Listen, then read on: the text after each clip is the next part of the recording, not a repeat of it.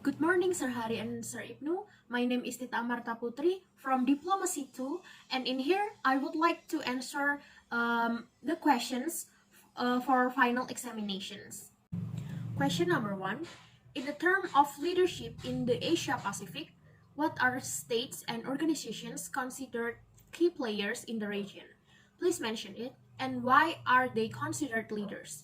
What are the differences between the concept of Indo-Pacific by quadrilateral security dialogue and the concept of Indo-Pacific by ASEAN? Please explain. So my answer is, in the term of leadership in the Asia Pacific, China and the US can be said to be the leaders in the Asia Pacific region. However, not only those two countries, but there are Japan, South Korea, and India, which are also among the leaders in the Asia Pacific. In addition, organizations such as ASEAN also consider the leaders. And China has been impressive as an economic development, likewise with the US. Both of them have the influence in countries in Asia Pacific. China is the center of the growing significance in the Asia Pacific. China becomes a world factory in every commodity, and China is becoming more powerful in the world. Besides that, the US is a guardian of the world, or the world police, especially after the Cold War. US become a single power in any part of the world. So US gets much attention from many countries in the Asia Pacific region. There is a traditional power in Asia Pacific, which is the US. After the World War II, Japan defeated and US become a power because of the Navy group that based in Hawaii. That is the basic form of the US to become a stabilizer and considered as the guardian in Asia Pacific. On the other hand, China is also rising in power in the Asia Pacific. China is a big country and kingdom. China touches countries in the Southeast Asia. The sea lane and the productions of goods becomes a vein of significant role. China has a growing economic demand, industry, material, certain goods, and they want to guarantee that their sources are safe, or they have a strategy that movement and shipments are safe from China.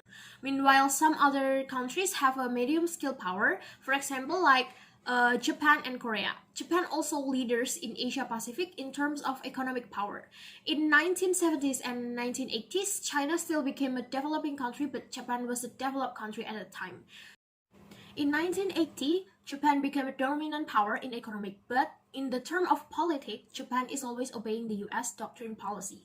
Japan never comes with the independent political decision, therefore always follow US doctrine. That is why Japan different with China. For that reason, Japan never become a prominent leader. And South Korea is a middle power country. South Korea has an expanding budget amount in military power. South Korea wants to expand the budget in the military, but at the same time, South Korea has a military agreement with the US. Sometimes South Korea is the same like Japan, still under the influence of policy of the US, and Japan and South Korea can become the leaders and have the influence in Asia Pacific, but in collaboration with other countries, especially with the US.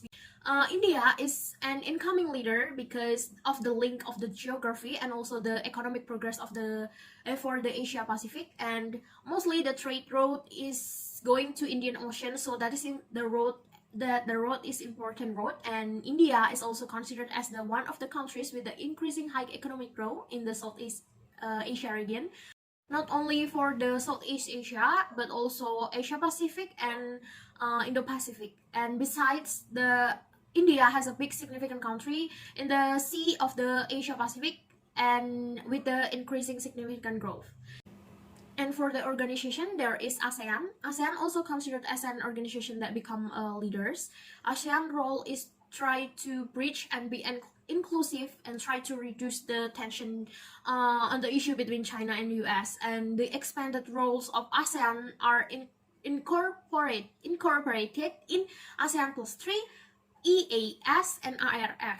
ASEAN has become respectable region organization by international community, contributed positively to peace and stability in the region through Sean WFZ, TAC, ADMM, and ADMM Plus, IRF, and to economic progress through AFTA.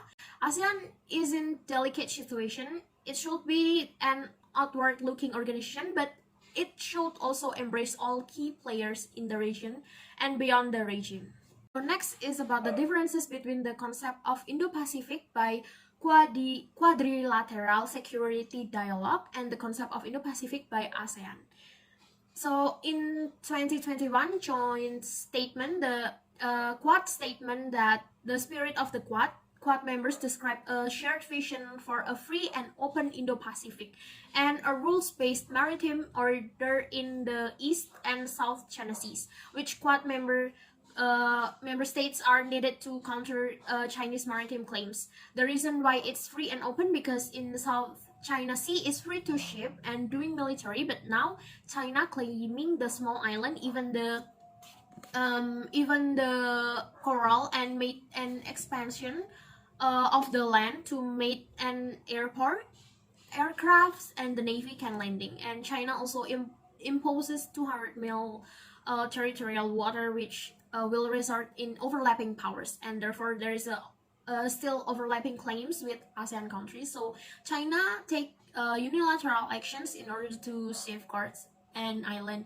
That's action also affecting the movement of US Navy capabilities because of the US will not be able to move freely in South China Sea, and basically this is for their own interests. And the Quad emphasized that the shared vision for free, open Indo-Pacific, the rules-based maritime order in the East and South China Sea, and pledged to respond to economic and the health impacts of COVID-19. Meanwhile, the ASEAN outlook on Indo-Pacific is an affirmation of ASEAN's position in its role in maintaining peace, security, stability, and prosperity in the Indo-Pacific region, which includes the Asia-Pacific and Indian Oceans. This outlook puts forward an open and inclusive approach to dialogue and cooperation in the areas that ASEAN prioritize, namely maritime, economic connectivity, and achievement of the SDGs. ASEAN has an objective to safeguard the political and economic stability of the region against big power rivalry.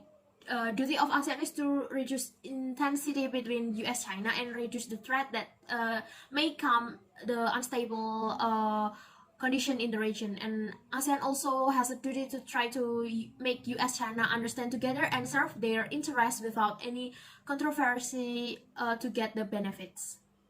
Now for the question number 2, what is ASEAN role in resolving conflict in Southeast Asia and how can ASEAN resolve conflicts in the region? So my answer is, in resolving conflicts in the Southeast Asia, ASEAN acts as regional organization with the aim of preserving regional security in order to maintain territorial integrity and safeguard its sovereignty by serving the needs of its member countries. And the main focus is to achieve peace so that cooperation in sector of economy, politics, and security can be realized. ASEAN resolve conflicts in the region by using the regional peacekeeping context and the non-interference principle. The main material reason is the threat to the stability of the area, the consequences of which could be exacerbated by the possibility of expansions. The consequences that can arise, especially in cases involving ethnic or religious conflict brought about by the name of the religious, are common in Southeast Asia, and therefore the use of the context of peace is very necessary for the continuation of prosperity in the ASEAN region. According to the Bangkok Declaration issued in 1967, ASEAN has principle of non-interference principle to resolve the conflict that occur in the region. The principle of non-interference is the core foundations that forms the basis of regional relations between ASEAN member countries. And in the Treaty of Amity, or TAC, it was further reinforced in 1967, in which the principle of non-interference in members' internal affairs was explicitly referred to as one of the association fundamental principle. And beside the TAC, ASEAN also has ASEAN Charter that contains the law, rules, and regulations to resolve the conflict. And the non-interference principle means ASEAN's role should not interfere the military to support countries in conflict. And this principle says that ASEAN, including its member, must not interfere the internal problem faced by the member countries, so that ASEAN will give freedom to its countries to determine their own policies. And ASEAN does not mean being hands off, because ASEAN still plays a role. However, it will only send military forces to observe and to maintain the ongoing conflict. Question number 3. What did you get, or can you please summarize the important points for this semester lecture? What I get from this semester is I learned about the Hong Kong crisis. The Hong Kong crisis happened because of the disagreement of the people in the Hong Kong to extradition law amendment bill. The people of Hong Kong feel that there is China interventions to the Hong Kong political system. Meanwhile, Hong Kong has the own system to have the own administrative and economic authority. Hong Kong also has the basic law on freedom of the press and freedom to assembly and share the opinion, not like China, who's communist. So the root of the crisis is the protest of the people because of their disbelief to the government due to China intervention.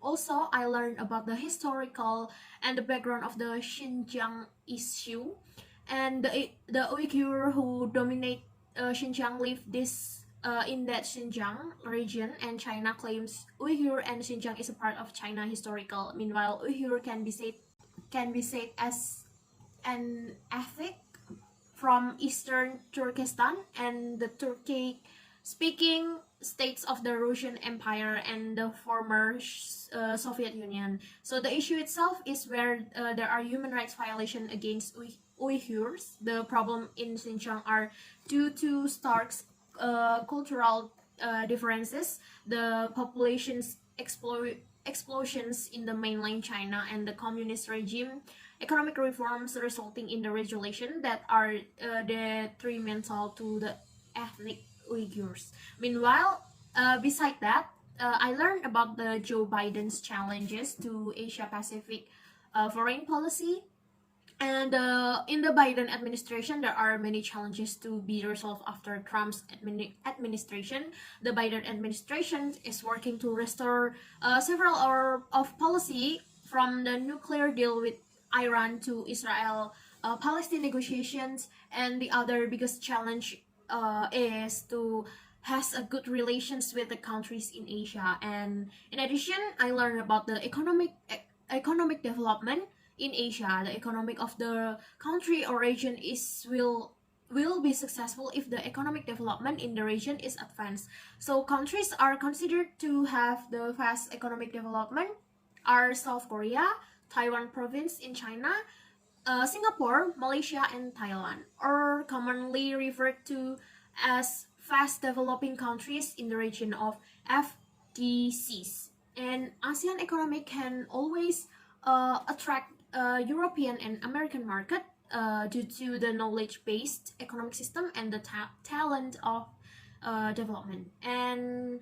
also, I learned about the political transition in Indonesia and Malaysia. The difference between the political transition in Indonesia in 1998 and Malaysia in 2018 can be seen in the actions and roles of the military or armed force that have come down to handle changes in the political transition in government. And beside that, I learned about the definitions and the background of the history of ASEAN and APEC, and the three pillars of growing in the importance of ASEAN, and ASEAN nowadays, and the expanded role of ARF, EAS, AFTA, RCEP, and ASEAN contribution in international community to peace, stability in the region through ASEAN WFZ, TAC, ADMM, ADMM Plus, IRF, through economic progress is AFTA, and of course ASEAN Economic Community or AEC, and to socio, culture, and education. While APEC is a regional economic forum established 1989 to leverage the growing interdependence of the Asia Pacific. APEC aimed to create the greater prosperity for the people of the region by promoting balanced inclusive, sustainable, innovative, and secure growth by the accelerating region economic integration. Over and above, I'll also learn about the leadership in Asia Pacific region. Leadership can be translated into the leader or several leaders or organization or regional organization. And leadership in the Asia Pacific is evolving with this changing and dynamic situation in economic influence combined with the power to stabilize the region or military power challenges. Asia Pacific is a dynamic region and is keeping changing with the China emergence and US traditional role. And these are for the references. So that's all my answers for the questions of final examinations. And thank you, Sir Hari and Sir Ibnu, for the attentions, and have a good day.